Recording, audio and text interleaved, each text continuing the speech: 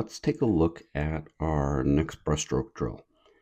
In this drill, what we're going to be doing is just focusing on a sculling movement here with the arms. And this is going to be a little bit of a narrow skull for our athletes. And this is really what we really recommend for younger athletes, or even younger, if you're on the younger side of the age group side of swimming. Now, there are 3 points that we will emphasize for this drill. There's a narrow version, which is this one, a wide, and then widest.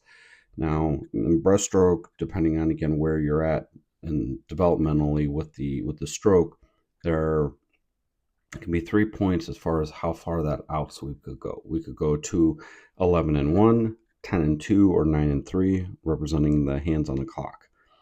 In the narrow version, or here, we're going to be thinking about going to 11 and 1. And this means the hands really should kind of be just outside of the shoulders. Being outside the shoulders just will be kind of perfect for where we would want younger athletes here to be. This drill here is done with 2 pieces of equipment, a snorkel, and then a set of fins.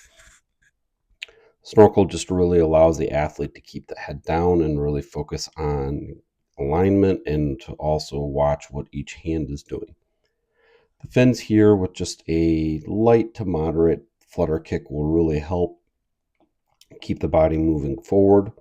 And then all we're going to watch happen here is just the hands. We're going to sweep outward here, and then what we'll do then is come back in, keeping the hands to just about that shoulder length or just slightly outside. So kind of thinking the hands on the clock, 11 and then 1.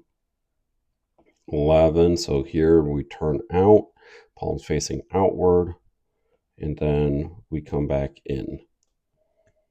Just again, notice a nice easy flutter kick. And here's just even an opportunity just to kind of go over some of those key points of the flutter kick again.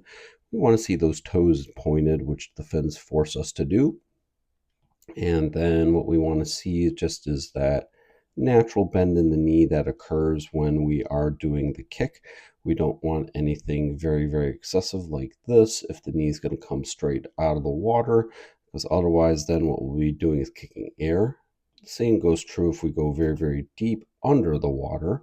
We don't really want to be there, otherwise it'll be very difficult to get the feet up to keeping it up at that surface area. What we would want to emphasize is just a good kick downward. So the analogy that we like to give our athletes when they're kicking downward is that of that they're kicking a soccer ball or something along those lines, or any ball in general. It doesn't have to be just a soccer ball.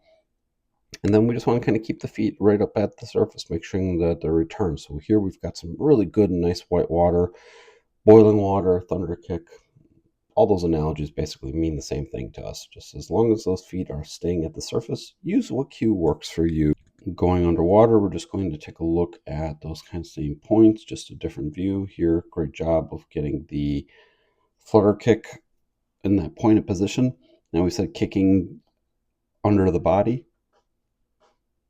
This is kind of what we mean. So here we do a really, really nice job of that as we're performing this drill. And then we want to really focus on returning the feet upward here. So we are doing a really, really nice job there. And then we should see that type of turbulence up at that surface.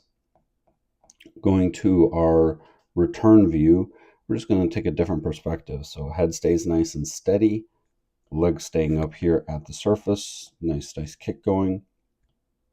And then we just want to watch the arms then go wider, or not wider, but out. Now here we're a little bit wider than we would like to kind of see. So for the narrow version of this, it's right there. So kind of see here how the hands would be at 11 and 1 on that clock.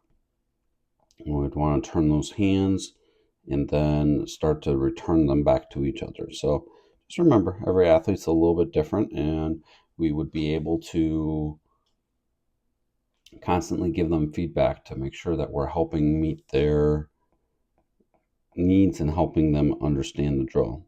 Just going underwater, there's not much to watch. Just again, a different perspective of the drill. You know how far those hands sweep out. There's not as much happening here as in some other drills, just because we're sculling. We just want to feel the water there on the forearms as we're performing the drill. We're doing a really nice job with that overall. So if you found some great value out of this, be sure to drop a like and subscribe.